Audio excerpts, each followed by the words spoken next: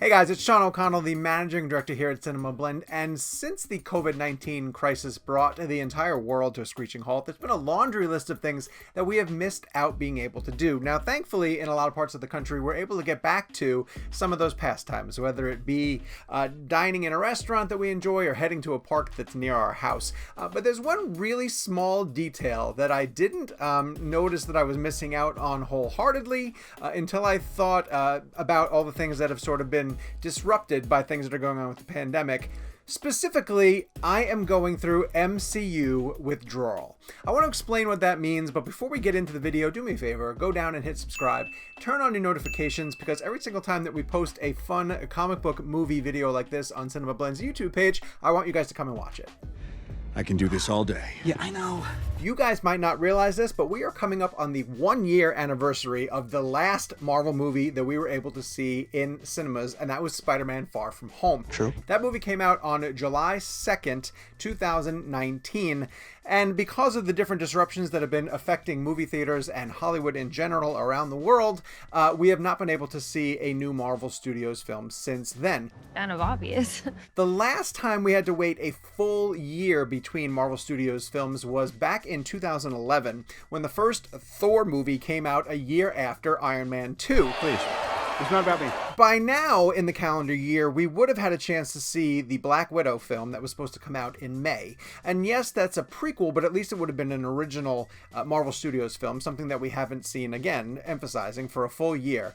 And that means that without Black Widow, we haven't seen sort of the post-credit scenes hoopla that usually comes with a Marvel Studios film. We haven't seen any of the potential teases about where Black Widow might have taken the MCU moving forward. And yes, even though it's a prequel, there are certain things that could have happened in that film that might have changed the course of Phase 4 and beyond. So I would have liked to see what Marvel Studios is preparing to drop into that film and take the MCU in a different direction.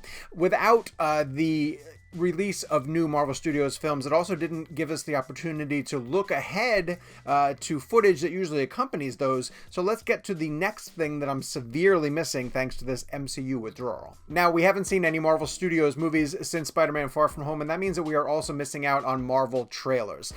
Around the time that Black Widow probably would have hit theaters, we were expecting to see new footage from the two films at Marvel Studios that were at least in production or post-production by the time the industry shut down, and that would be the Eternals and also Shang-Chi and the Legend of the Ten Rings.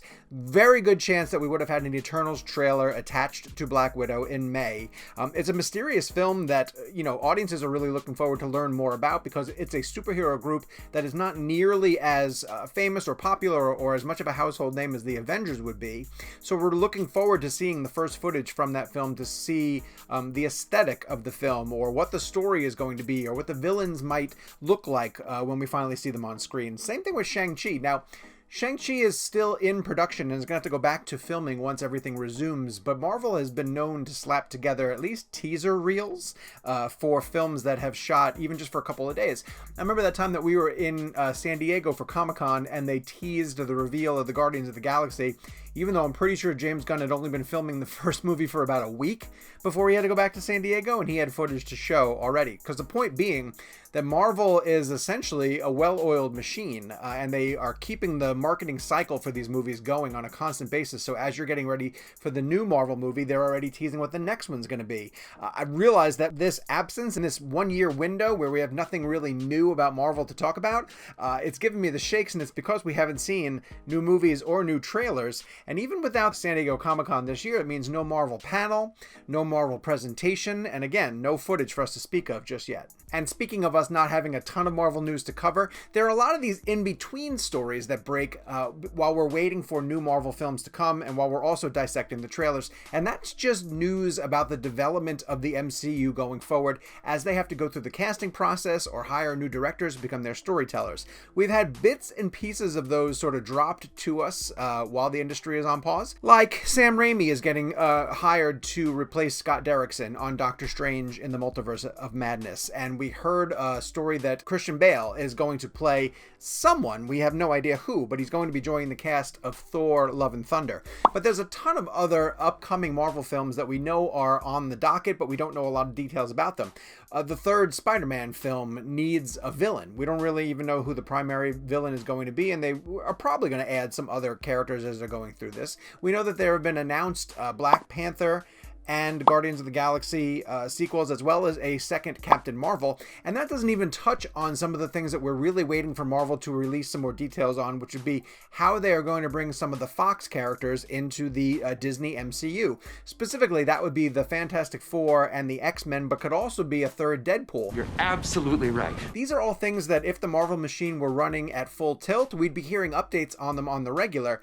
But with the industry just sort of being in limbo, we're not hearing any developments on these, and these are things that we love talking about here on CinemaBlend. Not to be all doom and gloom, there is a bright side to this, which is that once we get back into the swing of things, the MCU can just sort of pick up and resume from where they left off. The MCU is not going away, and in fact, they have really strong plans for Phase 4 and beyond. So we just need to get to a point where the industry can revive itself, Marvel news can get back into the swing and not only affect all of the movies that we're looking forward to, but the television side as well too. Once everything sort of starts to ramp back up and get back up to speed, the MCU can go back to becoming the speculation generator and the news producer that we expect it to be for years to come, and junkies like myself can get their daily Marvel fix of new and exciting things that are coming from the MCU. Like Christmas, but with more me.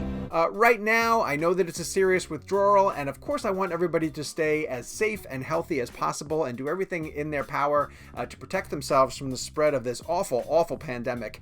But I'm just saying it would be a little bit easier if we had a fresh slate of brand new Marvel things to enjoy while we were practicing staying at home. If we could turn on Disney Plus and pull up the latest Marvel television series or even a new MCU film that's dropped onto that service. Right now, the next Marvel movie is supposed to be Black Widow, which is reaching theaters on November 6th. I want to hear from you guys, though. Have you appreciated this year-long break? Did you need to sort of get away from the MCU after the 1-2 punch of Avengers Endgame and Spider-Man Far From Home?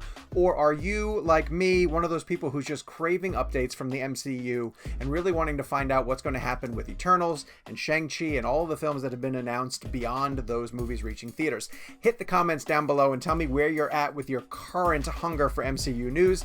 While you are down there, do me a big favor and hit subscribe and turn on your notifications, because once the Marvel Studios machine gets back up and running, we plan to cover every single aspect of it, and we want to make sure that you don't miss a single video that we post to CinemaBlend's YouTube page.